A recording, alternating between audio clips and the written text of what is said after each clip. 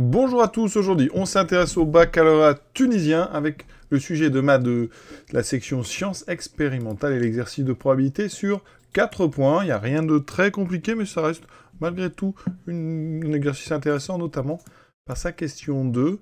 Donc on est parti tout de suite. Une première question sur des probabilités conditionnelles. Tout d'abord je vous montre le texte en grand. Donc ici la question 1. Vraiment très classique, probabilité conditionnelle. Ici, loi des probabilités totales, et ensuite une conditionnelle inversée. Et en question 2, une petite expérience aléatoire sympa avec un dépistage de la maladie dans le troupeau. Dans une région, 25% des chevaux sont touchés par une maladie. D'accord ? M, c'est l'événement, le cheval est malade. M bar, évidemment, le cheval n'est pas malade. Ensuite, un test à la détection de cette maladie. Si le cheval est malade, le test est positif dans 96% des cas. Ça, c'est une probabilité conditionnelle. Et ensuite, si le cheval n'est pas malade, le test est négatif dans 92% des cas. Donc, première question, on va donner des probabilités. Je vais faire un arbre, ça sera beaucoup plus clair une fois qu'on aura l'arbre. On connaît la probabilité de M, puisqu'il y a 25% des chevaux qui sont touchés. Ça veut dire qu'ici, P de M, c'est donc 0,25.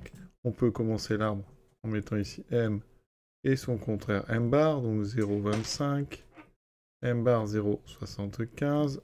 Ensuite, on va mettre donc test positif avec T et test donc négatif. Test positif, test négatif. Alors, première chose qu'on va faire maintenant, c'est la phrase qui est en bleu, ici.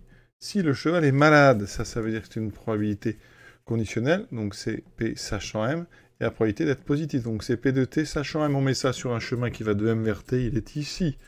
96%, je mets 0,96, donc le contraire, 0,04. Ensuite, la phrase inverse, si le cheval n'est pas malade, c'est une probabilité conditionnelle sachant M bar, et négatif, c'est donc T bar. C'est T bar sachant M bar, j'inscris ça ici, donc sur le chemin qui va de M bar à T bar, 0,92. Donc au-dessus, j'ai 0,08. On a tout ce qu'il faut maintenant pour répondre très rapidement aux différentes questions. Donc il y a marqué données, les probabilités. P de M, on l'a déjà dit. 0,25. P de, donc ici, T sachant M, ce qu'on note aussi, un P de, ici T sachant M comme ceci, on a dit que c'était 0,96. Ensuite, P de T bar sachant M bar, qu'on note comme ceci aussi, c'est donc 0,92.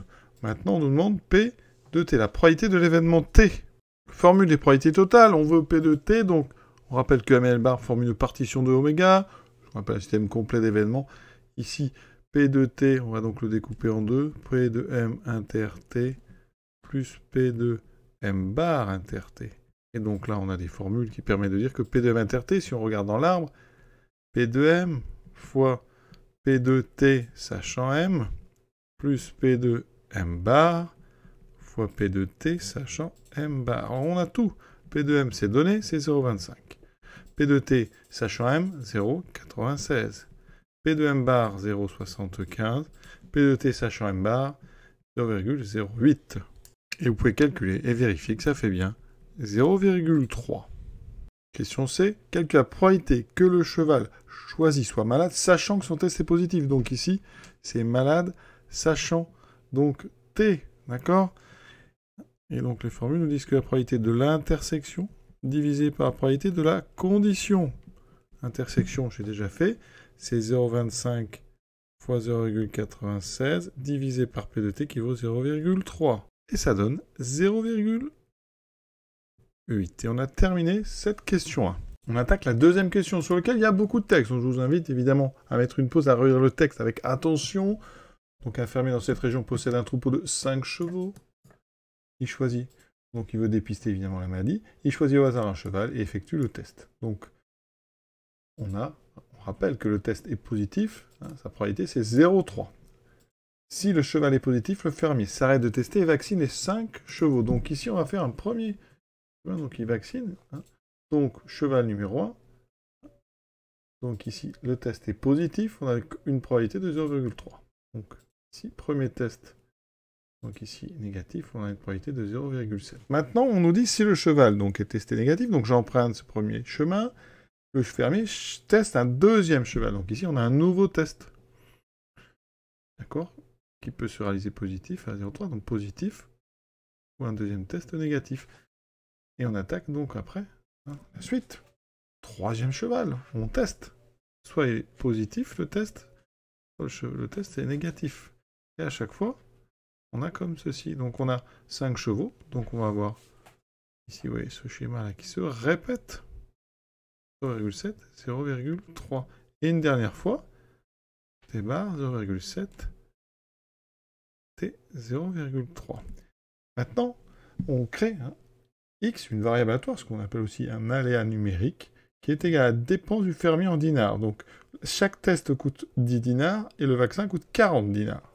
Donc, ici, dans le premier cas, le premier test, donc le test déjà est fait réaliser, donc ça nous coûte déjà 10 dinars, et ensuite, il s'arrête, puisque le test est positif, il vaccine les 5 chevaux, donc ça lui coûte 5 fois 40, 200, donc ici, grand X vaut 210 dinars. Un vaccin, pardon, un test et 5 vaccins.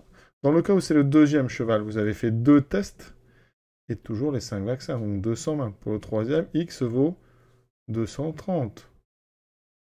Si on est ici, on a 4 tests et donc 5 vaccins. Ici, on n'a pas de chance, c'est le dernier test qui est positif. Donc on a fait 5 tests et on doit vacciner 5 chevaux. Et dans le cas où le test est toujours négatif, on ne dépense que les tests, c'est-à-dire que 50. La probabilité donc d'avoir x égale 50, c'est d'emprunter le chemin du bas. Donc à chaque fois, notre test est négatif. Donc c'est 0,7 à la puissance 5. Ce qui donne 0,16807. Ensuite, probabilité que x soit égal à 220. On voit bien que 220 c'est atteint ici. Donc ça veut dire que on a un premier test donc négatif et un deuxième test positif. Donc ça fait 0,7 fois 0,3. Ça donne 0,21. C'est rassurant parce que c'est exactement ce qu'il fallait trouver. Alors, pour la loi de probabilité, je vais faire un tableau. Donc on a déjà P de x égale 50, P de x égale 220. On va donc calculer les unes après les autres. P de x égale 210, donc 210, vous voyez, c'est très simple. C'est 0,3. On a forcément ici le premier test qui est donc positif, donc on est obligé de vacciner tout de suite. Ensuite, P de x égale 230, vous voyez, il faut atteindre cet endroit-là, donc 0,7, 0,7, donc ça fait 0,7 au carré, fois 0,3. Et la calculatrice me donne 0,147. Pour x égale 240, oui, vous avez compris le principe, on a 0,7 au cube fois 0,3.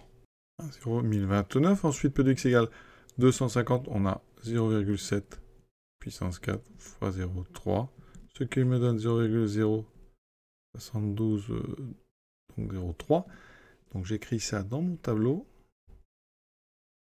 Alors pour 250, j'aurais pu utiliser les autres en faisant le complément à 1. Mais j'ai préféré faire tout. Et ensuite, on vérifie à la machine que la somme ici est égale à 1. Et donc ça, c'est une façon de présenter la probabilité de x. Donc chaque valeur de x est dessous la probabilité qui correspond.